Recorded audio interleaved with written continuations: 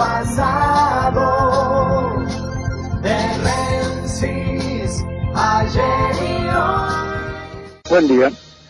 Prepárese porque hoy la prensa adicta al proyecto de reforma laboral van a insistir con una noticia. La noticia es que se firmó un acuerdo de competitividad que congela los salarios, porque no habrá discusión paritaria, hasta dentro de 2 años entre la Unión Obrera Metalúrgica, la UOM, y los empresarios armadores de tecnología de Tierra del Fuego.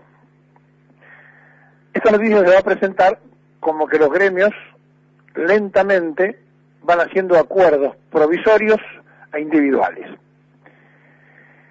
La noticia oficial, que seguramente va a empezar a circular, dirá que el Gobierno Nacional y la provincia de Tierra del Fuego, con la Cámara de Fabricantes de Artículos Electrónicos y la Unión Obrera Metalúrgica, firmaron un acuerdo de competitividad que congela paritarias hasta el año 2020 y frena despidos y suspensiones.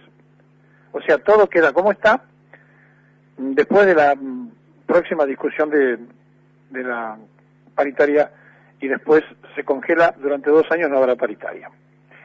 El convenio fue firmado por la Asociación de Fabricantes Argentinos de Terminales Eléctricas y por la seccional de Tierra del Fuego de la UOM. El presidente de AFARTE, que es Federico Hellmeyer, calificó de histórico el acuerdo y confirmó que las negociaciones paritarias quedaron suspendidas hasta junio del 2020. Hellmeyer, en diálogo con las agencias noticiosas, señaló que la actual paritaria sigue vigente hasta junio del 2018 y desde allí no habrá negociación salarial hasta el 2020 porque tampoco está prevista ninguna cláusula de ajuste.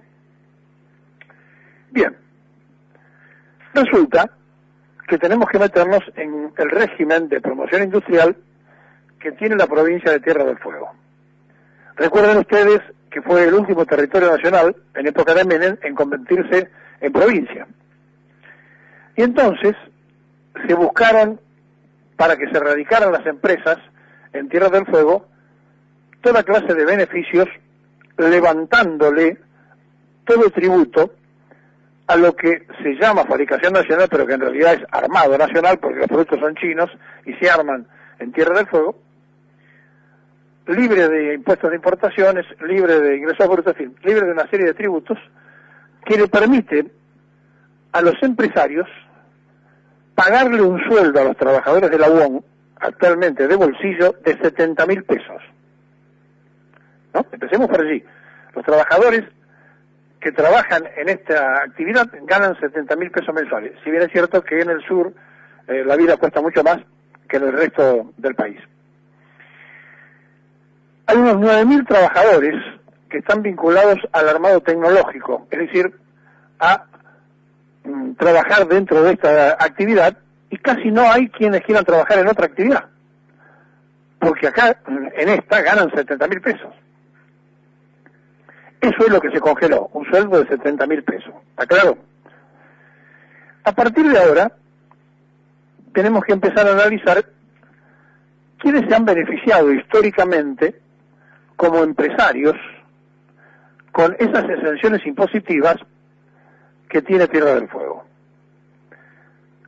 Y la sorpresa grande es que 2 recaudadores centrales, el que recaudó en la campaña para Daniel Scioli y el que recaudó en la campaña para Mauricio Macri, son los beneficiarios directos durante estos tiempos con las excepciones impositivas. ¿Casualidad? ¿O causa y efecto? Porque la casualidad no existe. Entonces, aparece un nombre que usted por ahí ni le suena, que se llama Rubén Chernaskowski, recaudador de Scioli, y uno que le va a sonar un poquito más, Nicolás Caputo, recaudador de Mauricio Macri, beneficiarios directos del negocio de las empresas que no tributan en Tierra del Fuego. Por lo tanto, los anteriores y los actuales han premiado amigos más allá de los trabajadores. Y aquí lo que nos tenemos que preguntar es por qué en la Argentina aparecen estas cosas. También en época de Menem ocurrió en San Luis, donde al excepcionar gravámenes, San Luis aprovechó, se radicaron varias empresas para armar, y algunas hasta ponían galpones, simplemente en San Luis para hacer ver como que allí se tocaban los productos, porque tenían excepción impositiva. ¿Por qué pasa esto? Porque nunca hubo una política en la Argentina de auténtico federalismo, es decir, de darle la capacidad de desarrollo a las provincias que, repito, son anteriores a la nación. No es justo el caso de Tierra del Fuego, que es la última provincia que se formó en la Argentina, pero digo, en general, las provincias fundaron la nación argentina, y no la nación se dividió en provincias. Está claro este concepto. A partir de esa situación, y el triunfo unitario de Caseros, la Argentina vivió un centralismo porteño impresentable, donde los gobiernos de Buenos Aires recaudaron todo el esfuerzo de producción y de trabajo y distribuyeron a su antojo.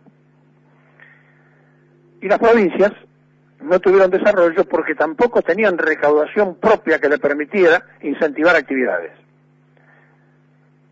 Dicho esto, lo que se va a empezar a presentar como un gran acuerdo, que ya lo dijo uno de los empresarios, histórico acuerdo, de romper con las paritarias, que fue una de las cosas aplaudibles del gobierno anterior, que le devolvió al movimiento obrero la posibilidad de ir a paritarias,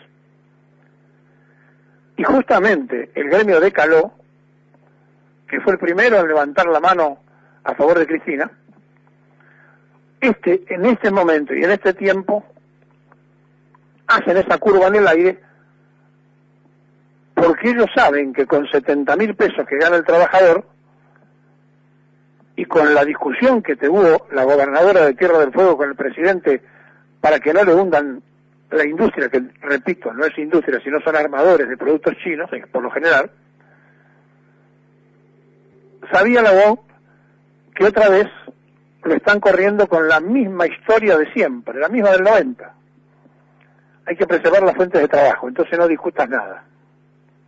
Que es el concepto que se quiere instalar en la Argentina, no discutamos nada porque hay que preservar las fuentes de trabajo. Bueno, yo le voy a dar otros datos, para que usted se dé cuenta del fracaso de la democracia fraudulenta de Alfonsín a la fecha, donde no ha crecido nada más que el empleo público, porque miren, en las provincias argentinas, y le tomo un caso concreto, en La Quiaca, fronterizo con Bolivia, el 90% son empleados públicos, no hay ninguna actividad, no hay nada, no se inventó nunca nada, y eso no es culpa de los gobiernos nacionales, sino también de la quietud de los gobiernos provinciales.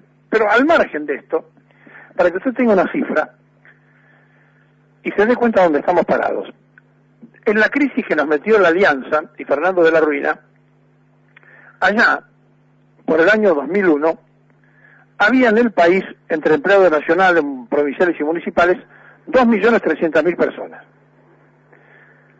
El año pasado, en el empleo público, se contabilizaron 6.600.000 personas.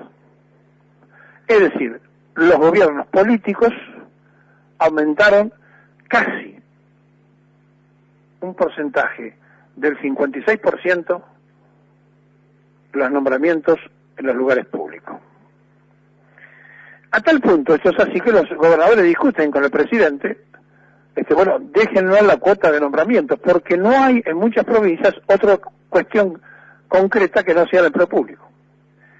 Pero además viene la otra parte, se toman empleados y no se asignan funciones, porque si el empleo público tuviera las funciones asignadas exactamente para hacer un Estado eficiente, estaríamos aplaudiendo, porque el Estado podría ser el gran empleador de un país en crecimiento. No, es el empleador de gente que no se le da funciones por incapacidad de quienes administran. Estamos entonces parados y detenidos en que cuando se trata de tocar intereses y cuando el presidente dice todos tenemos que poner algo,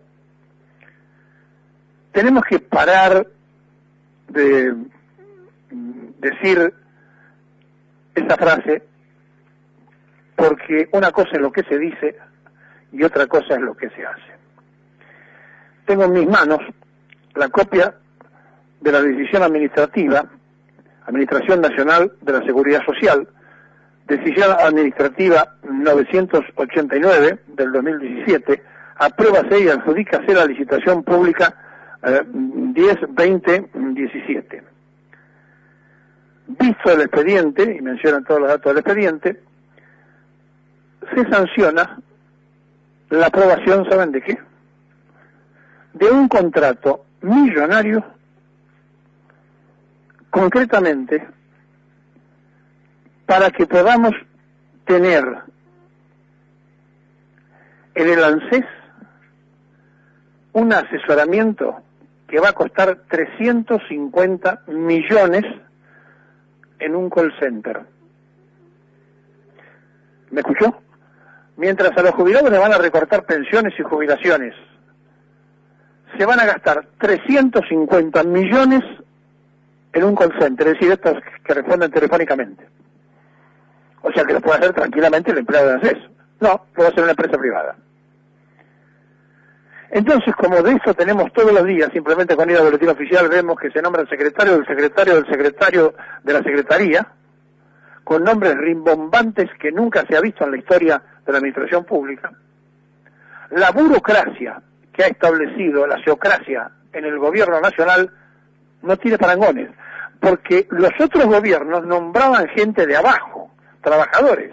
Ellos nombran gerentes y directores, a pesar de que la ley dice que tienen que ser de carrera, gerentes, directores y demás, con sueldos acorde a las administraciones de empresa privada.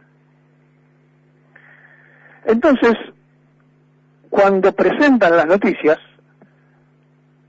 los que habitualmente se llama la prensa canalla, dicen gran acuerdo, gran arreglo, y por lo bajo después dejan trascender, claudicó la UOM firmó cualquier cosa, es el comienzo de la desregulación, es decir, larga la noticia objetivamente de lo que pasó y después deslizan subjetivamente para que se instale en la sociedad algo así como el movimiento obrero nos está entregando en los trabajadores.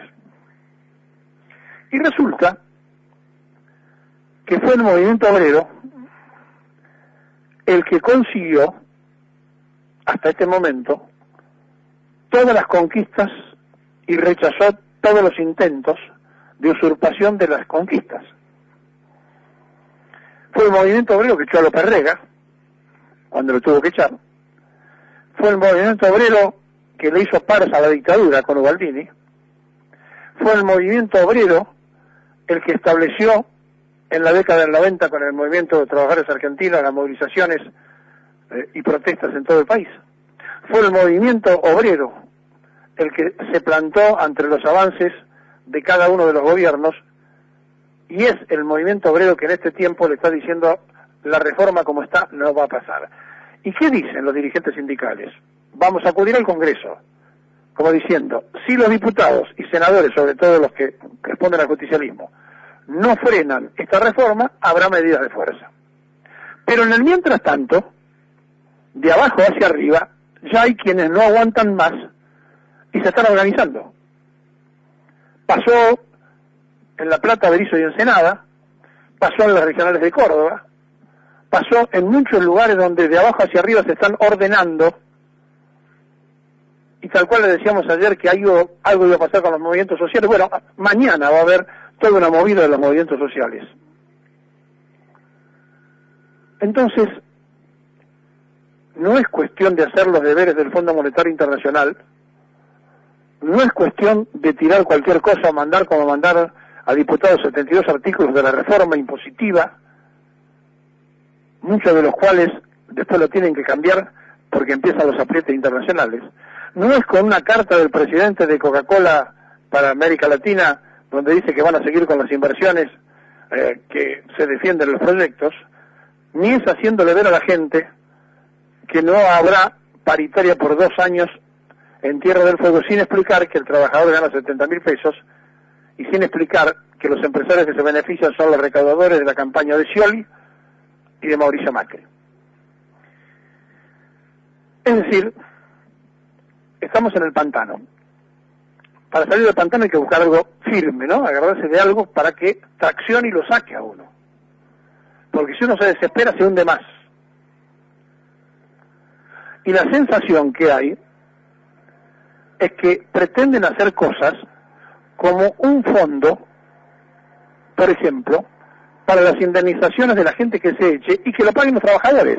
Y además, ese fondo va a estar allí, si es que se aprueba, va a estar allí para que la disposición de quien administra eso lo mande a un fondo de inversión. Y usted me dice, ¿por qué? Porque ya lo hicieron, porque lo hizo Caputo con los fondos del ANSES. Y qué casualidad. El ministro de Angulo y el ministro Caputo aparecen otra vez en paraísos fiscales.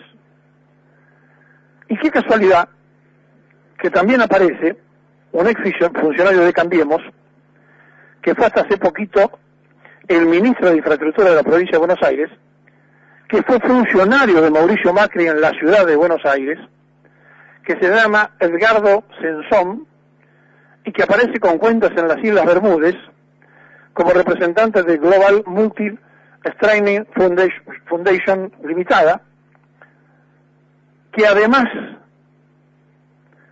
de esto que estamos diciendo, este hombre fue subsecretario de Espacios Públicos de la ciudad, que estuvo trabajando antes, cuando Mauricio Macri, y ahí es lo grave, es decir, abre cuentas en paraísos fiscales cuando era funcionario de la Ciudad Autónoma de Buenos Aires y no los declara.